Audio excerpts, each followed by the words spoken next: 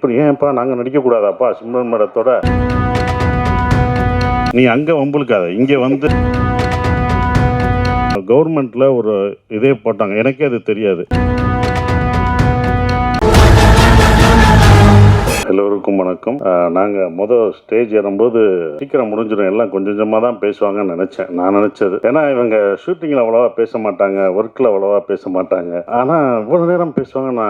எனக்கே என்னடா நம்ம கொஞ்சமாக தான் பேசுவோம் போலுக்கு, நிறைய பேசுகிறோம் போலுக்கு அப்படின்றத பார்க்கும்போது ஒவ்வொருத்தருக்கும் எனக்கே ஆச்சரியமாக இருந்தது. அவங்க பேசுறதுக்கு காரணம் என்னென்னா, இங்கே தான் நன்றி அவங்க சொல்ல முடியும், வேறு எங்கேயும் அவங்க நன்றி சொல்ல முடியாது. அது ஒன்று இருக்குது. ஒவ்வொருத்தவங்களும் வேறு எங்கே அவங்க தனியாக பார்த்து அவங்க நன்றி நன்றின்னு சொல்ல முடியாது. அந்த நன்றி மறக்காமல் இருக்கணும் அப்படின்றதுக்காக தான் இங்கே ஒவ்வொருத்தவங்க அந்த நன்றியை தெரிவிச்சுக்கிறாங்க. அப்படி தான் நம்ம பார்க்கணும். அந்த நன்றி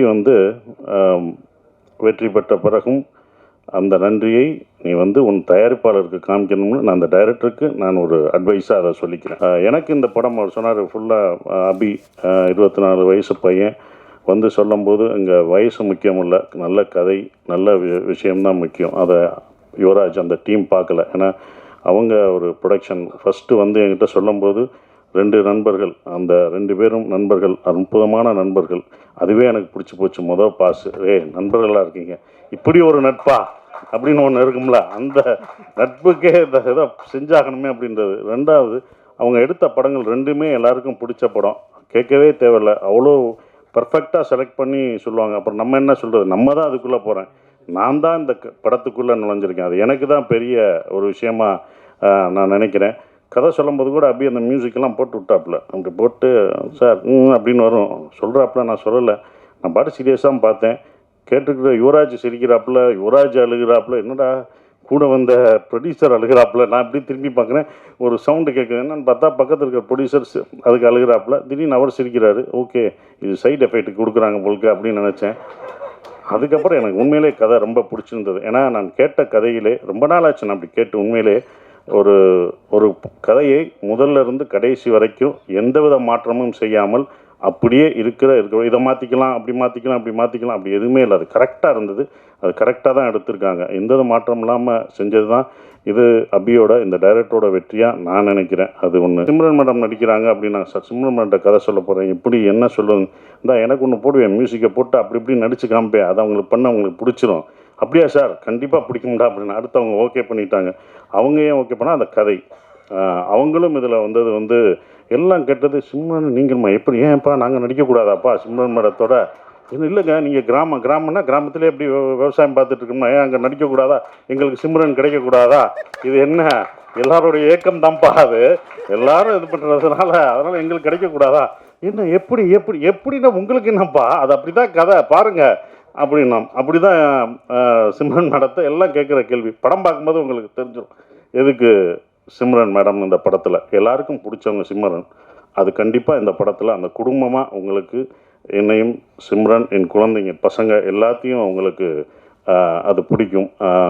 அவங்க அவ்வளோ பெர்ஃபார்ம் பண்ணுவாங்க. அவங்கள அதாவது என்னென்னா அவங்கள எனக்கு இன்னொன்று அவங்கள பாராட்ட வேண்டியதெல்லாம், இப்போ வரைக்கும் அவங்க ஹீரோயினாக அடிக்கலாம். இந்த படத்துலேயும் அவங்க ஹீரோயின் தான், நான் ஹீரோ அவங்க ஹீரோயின். 10 பேர் அப்படி மாணவர்கள் வந்தாங்கன்னா, பசங்க வந்தாங்கன்னா, அதுதான் இந்த படத்தோட வெற்றியாக நான் நினைக்கிறேன். அது கண்டிப்பாக நடக்கும் அப்படின்ற அந்த நம்பிக்கை எனக்கு இந்த படத்து மேலே ரொம்ப ஸ்ட்ராங்காக இருக்குது. எல்லாம் நம்பிக்கை தான் இருக்குது. அது மாற்றும் உலகத்தமிழர்கள் எல்லாரும் பார்ப்பாங்க அதை அப்படின்ற நம்பிக்கை இருக்குது. அவங்க ஃபேமிலியோடு கூப்பிட்டு பார்ப்பாங்க.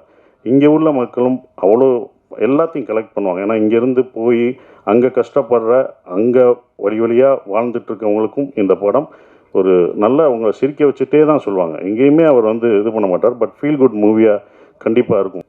அஃப்கோர்ஸ் இவங்க எடுக்கிறாங்க இந்த படம் இன்னொன்றும் பர்சனலாக ஜெயிக்கணும். ஏன்னா அவங்க எடுத்த 2 படத்தோட இதோட ப்ரொடக்ஷன் காஸ்ட் ரொம்ப ஜாஸ்தியாக இருந்தது. நானே பயந்து என்னப்பா இவ்வளோ செலவழிக்கிறீங்க வேணாம்ப்பா அப்படின்னா, இல்லை சார் இந்த படத்து மேலே எனக்கு நம்பிக்கை இருக்குது, இதை நல்லா பண்ணும் சார் இவங்கெல்லாம் வரணும் அப்படின்னு சொல்லி அவங்க பண்ணது மறக்க முடியாத ஒன்று.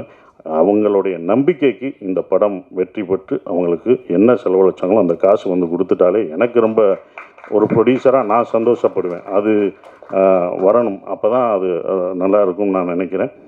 மற்றபடி இதை நீங்கள் தேட்டரில் May 1 படம் ரிலீஸ் ஆகுது, நீங்கள் பாருங்கள். நானும் உங்களோட சேர்ந்து அதை ரசித்து பார்க்குறேன். மறந்துடாதீங்க, நீங்கள் தான் உங்களோட ஆதரவை தரணும். May 1 மறந்தாமல் பாருங்கள். தேங்க்யூ. சசி சார், நீங்கள் சிம்ரனை பற்றி சொன்னீங்க, நான் ஏன் சிம்ரன் கூட நடிக்கக்கூடாது அப்படின்னு. அவங்களும் உங்கள் கூட நடிக்க ஒத்துக்கிட்டாங்க, கதை நல்ல இது. நீங்கள் வந்து அவங்கள்ட்ட பார்த்த வியந்த விஷயம் என்ன விஷயம்?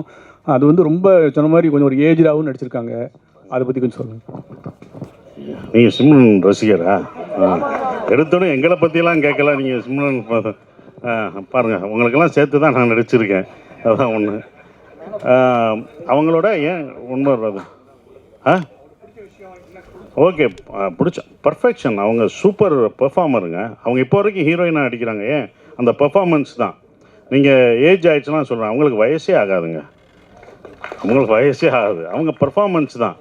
இவர் சொல்லும் போதும், அந்த இலங்கை தமிழ் பேசும்போதும், எங்களுக்கு நாங்கள் ராமேஸ்வரத்தில் எடுக்கும்போது அவங்களோட கன்னத்தில் முத்தமிட்டால் ஞாபகம் இருக்கா? கன்னத்தில் முத்தமிட்டால் உங்களுக்கு எப்படி ஞாபகம் வந்துச்சு? எங்களுக்கும் அது ஞாபகம் வந்துச்சுண்ணே. அதுதானே வந்துச்சு. சார், சசிகுமார் சார், அதாவது இந்த படம் வந்து அகதிகளாக வெளில வந்து அவங்க வந்து அது டூரிஸ்ட் மாதிரி என்ஜாய் பண்ணுற மாதிரி காமிச்சிருக்கீங்களா? ஏன்னா இலங்கை அகதிகள்னாலே நமக்கு ஒரு இறக்கம் இந்த மாதிரி தான் ஏற்படும். இந்த படத்தில் வந்து டூரிஸ்ட் ஃபேமிலின்னு போட்டிருக்கீங்க, இலங்கை சப்ஜெக்ட்னு சொல்கிறீங்க இல்லையா?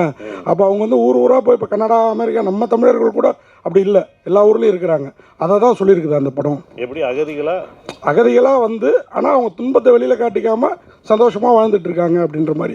அது நீங்கள் படம் பார்க்கும்போது தான் அதை பார்க்கணும். ஏன் வந்தாங்க, என்ன டூரிஸ்ட்டுன்னு எதை மீன் பண்ணுறோம் அப்படின்றது நீங்கள் இப்போ ரிவீல் பண்ண முடியாது. நீங்கள் இப்போ எல்லாமே ஒரு லைட்டராக தான் சொல்ல முடியும். ரொம்ப நாங்கள் வந்து உணர்ச்சிபூர்வமாக இதை ரொம்ப இன்னும் சொல்ல முடியாது. சென்சார் இருக்குது, எல்லாமே இருக்குது உங்களுக்கு. அதெல்லாம் அதனால தான் இதை வந்து ஒரு லைட்டராகவே அந்த படத்தை நாங்கள் சொல்லியிருக்கோம் சார். அதே மாதிரி இப்போ டூரிஸ்ட் ஃபேமிலி ரிலீஸ் ஆக போகுது. நேற்று டூரிசம் பிளேஸில் அவ்வளோ பெரிய மனித தாக்குதல் நடந்திருக்குது காஷ்மீரில். நீங்கள் வந்து எல்லா மதமும் சம்மதம் அப்படின்னு அயோத்தியில் கூட நடித்து ரொம்ப எல்லாருக்குமே பிடிச்சிருந்தது. இந்தமாரி சூழலில் இந்தமாரி டூரிஸ்ட் ஃபேமிலி படம் வெளியில் வர்றப்போ உங்களோட கருத்து, அதாவது இதுலேயும் அன்பு தான் வலியுறுத்துறோன்னு சொன்னீங்க. ஹியூமனிட்டி தாங்க எப்போதுமே அது முக்கியமான ஒரு விஷயம். நாங்கள் வந்து அதில் தான் நான் வந்து இந்த படத்துலையும் சொல்லியிருக்கோம், மனித இதில் தாக்கக்கூடாது, ஒவ்வொரு மனிதனும் யாராக இருந்தாலும் தாக்கக்கூடாது, தவறான ஒரு விஷயம். ஹியூமனிட்டி ரொம்ப முக்கியம். இதில் அன்பை போதிக்குது. இதெல்லாம் பார்க்கும்போது கொஞ்சம் மாறுவாங்கன்ற ஒரு நம்பிக்கை தான், அவ்வளோதான். சசினா சார் வந்துட்டியா? வா. இல்லை, கொஞ்ச நாள் முன்னாடி தக் லைஃப் ஆடியோ லான்ச் நடந்தது. அதில் பார்த்தீங்கன்னா உலகநாயகன் வந்து ஹிந்திலாம் பேச வரல, பொலிட்டிக்கல் ஆகிடும் அப்படின்னு சொல்லிட்டு இங்கிலீஷில் பேசணும்னு சொன்னார். ஆனால் இப்போ நீங்கள் சொன்னீங்க ஆங்கிலத்தை விட தமிழை கற்றுக்கணும்னு சொல்கிறீங்க. நீ அங்கே வம்புழுக்காத. இங்கே வந்து இது வந்து டூரிஸ்ட் ஃபேமிலி. ஏன்னா இங்கே டூரிஸ்ட் ஃபேமிலியை பற்றி தான் பேசணும். நீ இப்படி தான் எல்லாத்துட்டையும் வாங்கி கட்டுற. உன்னை சிவராஜ்குமார் சாரும் உன்னை தானே கேட்டார். இவர் தானே அன்னைக்கு நான் கை தட்டினது நான் தான். அதுக்கப்புறம் வேற யாரோ சொன்னாங்களே, மொத்த கம்மி பரிசியா இங்கே பாரு. இரு இல்லைம்மா, இது டூரிஸ்ட் ஃபேமிலி. டூரிஸ்ட் ஃபேமிலிக்கு தக் லைஃப். இது என்னுடைய கருத்து, என் கருத்தை தான் நான் சொல்ல முடியும். இது என்னென்னா, ஆங்கிலம் கற்றுக்கணும், ஆங்கிலம் கற்றுக்க வேணாம்னு சொல்ல. இப்போ நான் என்ன சொன்னேன்னா, அங்கே உள்ள மாணவர்கள் ஆங்கிலம் கற்றுக்கிட்டு இருக்காங்க, ஆனால் தமிழை மறந்துட்டாங்கன்னு சொல்கிறோம். அதுதான் கமல் சார் தலைவரும் அதை தான் சொன்னார். ஓகேங்களா? அப்போ அவரும் அதை தான் சொன்னார். ஆங்கிலம் நீங்கள் கற்றுக்கக்கூடாதுன்னு சொல்ல, ஆங்கிலம் கற்றுக்கோங்க, ஆனால் தமிழையும் உங்கள் கலாச்சாரத்தையும் கல்ச்சரையும் மறக்கக்கூடாது. மொழி தானங்க நம்மளை அடுத்து இழுத்துட்டு போக முடியும். நம்ம மொழி அழிஞ்சிருச்சுன்னா, ஏன்னா என் கூட வந்த ஒருத்தவர், அவர் பையனோட வந்தார். அந்த பையன் இங்கிலீஷ் மட்டும்தான் படிக்கலாம், பேசுகிறான். என்கிட்ட பேசிகிட்டே இருந்தால். அவன் எந்த தமிழ் படமும் பார்த்ததில்லை, ஒன்லி இங்கிலீஷ் மட்டும்தான் பேசிகிட்டு இருந்தான். அப்போ அவர் ஃபீல் பண்ணி சொன்னார், நாங்கள் எங்கள் நாட்டை விட்டு வந்துட்டோம், ஆனால் இவன் வந்து இதை தான் கதைச்சி கொண்டு இருக்கான் அப்படின்னு சொல்லிட்டு இருந்தார். இதை மட்டும் கதைச்சிட்டு இருக்கான், இங்கிலீஷ் மட்டும்தான் கதைச்சிதான், அடுத்த கல்ச்சர் தெரிலன்னு. அவங்க பார்க்கணும், அவங்களுக்கு ஆங்கிலம் தெரியுதில்ல, ஆனால் தமிழ் உன்னுடைய மொழியை கற்றுக்கோன்னு சொல்கிறதுக்கான ஒரு விஷயமாக தான் நான் நினைக்கிறேன். சசியண்ணே, ஆனால் இங்கே தொடர்ச்சியாக வந்து ஏஜ்டாகவே நடிக்கிறீங்க. உங்கள் கதைக்கு வரவங்கள வந்து உங்களுக்கு ஏஜ் தான் கேட்குறாங்களா, இல்லை இதுக்கப்புறம் வந்து நீங்கள் ஹீரோஸாக இதை பண்ண போகிறீங்களா? ஆனால் ஏஜ்டுனா கமல் சார் அப்பயே இது பண்ணிட்டாரு. இது அப்பயே கமல் சார் படங்கள், கடல் மீன்கள்லாம் பார்த்துருக்கீங்களா?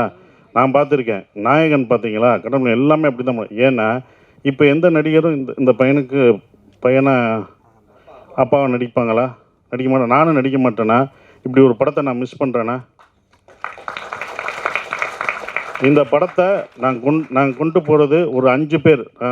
அயோத்தி படம் பார்த்துட்டு அவங்களுக்கு தெரியும் அயோத்தி படம் பார்த்து அயன் படம் யாராவது நடிப்பாங்களா? நடிக்க மாட்டாங்க. ஏன்னா சண்டை கிடையாது, எதுவும் கிடையாது, சும்மா வண்டி ஓட்டணும், கடைசி ஒரே ஒரு வார்த்தை தான், அதுக்கு தான். அயோத்தி பார்த்துட்டு கவர்மெண்ட்டில் ஒரு இதே போட்டாங்க, எனக்கே அது தெரியாது. ஒருத்தவங்க நான் ஒரு ஃபங்க்ஷன் போகும்போது அந்த ஆஃபீஸர் சொன்னாங்க கவர்மெண்ட்டில், சார் உங்கள் அயோத்தி உங்களுக்கே தெரியாமல் ஒரு நல்லது பண்ணியிருக்கீங்க, என்ன கவர்மெண்ட்டில் ஆர்டர் என்ன போட்டிருக்காங்கன்னா இந்த இறந்தவங்களை கொண்டு போகிறதுக்கு இத்தனை சர்டிஃபிகேட் இருக்குல்ல அதெல்லாம் ஈஸி பண்ணிட்டாங்க, 1 லட்சமோ 2 லட்சமோ அவங்களுக்கு மானியம் கொடுத்து இத்தனை பேர் இருக்காங்க, உங்களால் 500 பேர் உங்களுக்கே தெரியாமல், அவங்க சொல்கிறாங்க உங்களுக்கே தெரியாமல் 500 பேர் பயனடைஞ்சிருக்காங்க, நீங்கள் நல்லது பண்ணியிருக்கீங்க 500 குடும்பத்துக்குன்னு சொன்னாங்க. இது எனக்கு தெரியவே இல்லை, இது ஒரு 2 வருஷம் கழிச்சு தான் எனக்கு தெரியுது. இது ரொம்ப சந்தோஷமாக இருந்தது. அப்போ இந்த மாதிரி ஒரு படங்களில் நடிக்கிறதுக்கு நீங்கள் என்ன 70 வயசு தாத்தா வேஷம் போட்டாலும் போட்டுருவேன், அவ்வளோதான். நம்ம வேஷம் போட தானே வந்திருக்கோம், அதுதானே நம்ம வேலை. திடீர்னு காலேஜ் பையனா போவேன், அடுத்த படத்தில் காலேஜ் பையனா நடிக்க வைப்பாங்க, காலேஜ் ஒன்று அப்போ ஏன் காலேஜ் பையன் நடிச்சுன்னு கேட்பீங்களா? கேட்க முடியாது, அது நான் ரிப்பேன்ட்டுவேன், அதுக்கு தான் அது, அவ்வளோதாங்க. Sasi sir, Sasi sir, Sasi sir இங்கே யாரு இங்கே எங்கே என்ன? ஐயோ என்னண்ணே இல்லை, சென்னை வந்து எல்லாரையும் வாழ வைக்கிற அன்னை. நீங்கள் மதுரையிலிருந்து சென்னைக்கு வந்து இங்கே வந்து எஸ்டாப்ளிஷ் ஆகிட்டு திரும்பவும் வந்து ஊருக்கே போய் பழப்பு நடத்துறீங்களே, என்ன காரணம்? அப்புறம் இந்த இயற்கை விவசாயத்தை மேற்கொண்டு வரீங்க, அதுக்கு என்ன காரணம்? அதுக்கப்புறம் வந்து ஸ்டுடியோ ஒன்று நீங்களும் சமுத்திரக்கனியை கட்டுறது தான் முன்னாடி சொன்னீங்க. இந்த 3 கேள்விக்கு வரிசையாக பதில் சொல்லுங்க. இது வேணாம், ஒரு கேள்விக்கே ரொம்ப தாகாது நீங்கள். ஆனால் முதல் கேள்வி வந்து சென்னையில் வந்து இது பண்ணுறோம், என் சொந்த ஊர் அதானே, என் வீடு அதுதானே, டெல்லிக்கு ராஜானாலும் பள்ளிக்கு புள்ள தானே, என் ஊருக்கு தானே நான் போக முடியும். ஸோ என்னுடைய ஊர் என்னுடைய இடம் அப்படின்றனால நான் அங்கே போயிட்டேன். அது விவசாயம் அங்கே இருக்குது, என்னுடைய குடும்பம்லாம் அங்கே இருக்கனால நான் அங்கே போயிட்டேன், வேறு ஒன்றும் இல்லை. இது இங்கே வந்துட்டோம் அங்கிட்டோம் என்ன இருந்தாலும் அங்கே தானே நான் போகணும் அப்படின்றதில் அங்கே இருந்தோம். சென்னையில் அந்த நானும் சமுத்திரம் கரெக்டாக அவங்ககிட்ட சொன்னோம், ஒரு ஸ்டுடியோ கட்டணும், கண்டிப்பாக அது பண்ணுவோம், அதற்கான வேலைகள் ஒரு இடம் வந்து அது ஃப்யூச்சரில் நாங்கள் கட்டலாம்னு யோசிச்சுருக்கோம். அது பண்ண இடம் அங்கே வந்து எல்லா இது, ஏன்னா இப்போ நாங்கள் அங்கே போயிட்டோமே, இதையும் எடுத்துகிட்டு போயிட்டோம்னா எடிட்டிங்கு டப்பிங் எல்லாம் எடுத்துப்போம், ஈஸியாகிடும். அதுதான் அது பண்ணுறோம்.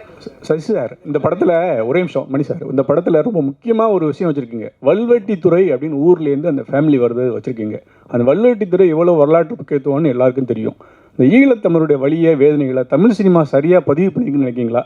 நாங்களாம் ஃபேஸ்புக்லேயோ விஷுவல் சோசியல் மீடியாவில் ஏதாவது போட்டால் கூட பிளாக் பண்ணியிருந்தாங்க, அது பெயர் போட முடியல, ஃபோட்டோ போட முடியல, அதுக்கான வாய்ப்பே இல்லை. அதை பற்றி என்ன நினைக்கிறீங்க சார்? பதிவு பண்ணலை சார், பண்ணவும் முடியாது சார். நீங்கள் ஃபேஸ்புக்கில் போட்ட லெட்டருக்கே இப்போ பிளாக் போடுறாங்கன்னா படமாக நாங்கள் எடுத்தால் கட்டு தான் போடுவாங்க. ஸோ அப்போ அது முடியாது, ஏன்னா அது அதை இந்த மாதிரி படங்கள் மூலம் தான் கொஞ்சம் கொஞ்சமாக லைட்டர்வே எடுத்துகிட்டு தான் வர முடியும். நாங்கள் ரொம்ப ஸ்ட்ராங்காக அந்த இதை நீங்கள் சொல்கிற விஷயங்களை ரொம்ப வழியாக அதை சொன்னோம்னா அதை வந்து எடுத்துகிட்டு போனோம், அது சென்சார் இதுதான் ஆகும், சென்சார் கட் ஆகும். இது நம்ம இல்லை, நம்ம இந்திய அரசாங்க சென்சார் இருக்குது, அந்த தணிக்கை குழு பண்ணுறபடி நம்ம இது பண்ணோம். ஸோ அப்போ அந்த மாதிரி படங்கள் எடுக்கும்போது அதை கட் பண்ணுவாங்க, அது ஒன்றும் பண்ண முடியாது, அது மாறினா தான் நாங்கள் எடுக்க முடியும். விளங்கமான விஷயம்லாம் நாங்கள் கரெக்டாக கவர்மெண்ட் சட்டத்திட்டப்படி தான் நாங்கள் இந்த படத்தை எடுத்திருக்கோம், இல்லாட்டி அவங்க கட் பண்ணியிருப்பாங்க, அது பண்ணியிருக்கோம். ஆனால் என்னோடய பர்சனலாக ஒன்று இருக்குது, நான் சொல்கிறது அது இவங்க சார்ந்ததில்லை. இந்த மாதிரி அகதிகளாக இங்கே இருக்கிறவங்களுக்கு இத்தனை வருடங்களாக இருக்காங்க, வேலைக்கு போகிறாங்க, எல்லாமே இருக்காங்க, அவங்களுக்கு உரிமை கொடுக்கலாம், குடியுரிமை கொடுக்கலாம்ன்றது என்னோட ஒரு விஷயம். இந்த படம் பார்த்துட்டு அப்படி ஒன்று நடந்துச்சா, நான் அயோத்தி பார்த்துட்டு ஒன்று நடந்துச்சுன்னு சொன்னேன் பார்த்தீங்களா, அது மாதிரி இந்த படம் பார்த்துட்டு அப்படி ஒன்று நடந்துச்சுன்னா, கவர்மெண்ட் அப்படி ஒன்று பண்ணுச்சுன்னா அது முதல் சந்தோஷப்படுறதும் நானாக தான் இருப்பேன். ஏன்னா வெளிநாடுகள்லாம் அவங்களுக்கு குடியுரிமை பெற்றுட்டாங்க, இங்கே அது நடந்துச்சுன்னா போதும். இது நான் நிறைய ஸ்டேஜ்லேயும் அவங்களுக்கான விழாவுக்கு போகும்போதும் நான் அதை சொல்லியிருக்கேன். ஸோ அந்த கருத்து கரெக்டாக வந்துச்சுன்னா சந்தோஷம்.